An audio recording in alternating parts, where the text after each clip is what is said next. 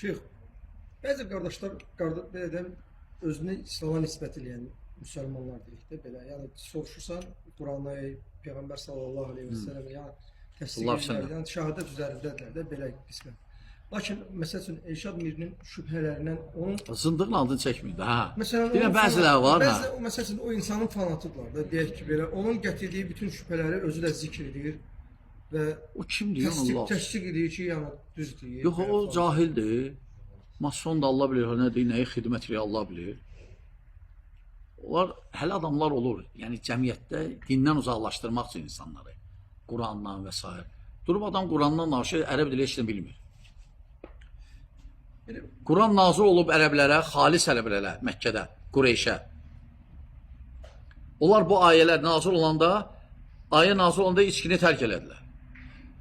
Hicabdan ayə nazil olanda örtdülər hətta üzlərin.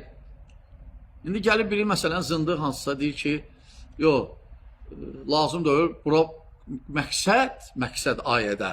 Burada xalis ərəblərdə nazil olanda hamı örtdü. Hətta üzlərin.